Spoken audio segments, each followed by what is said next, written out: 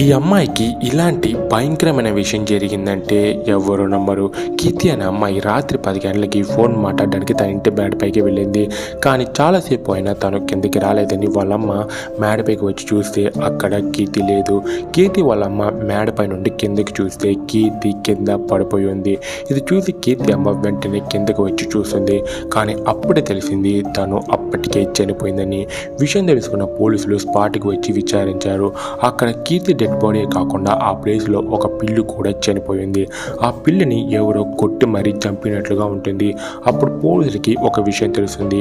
ఒక అవ్వ పోలీసులతో 2 పిల్లలు పిల్లిని పట్టుకో వదిలేయద్దు అని అరిచారని చెప్పింది. పోలీసులు ఆ పిల్లల ఇంటికి వెళ్ళి విచారించారు. కానీ వాళ్ళు మాకు ఏం తెలియదు సార్ అని చెప్తారు. కానీ ఒక పిల్లోడి పాకెట్లో కీర్తి ఫోన్ ఉంటుంది.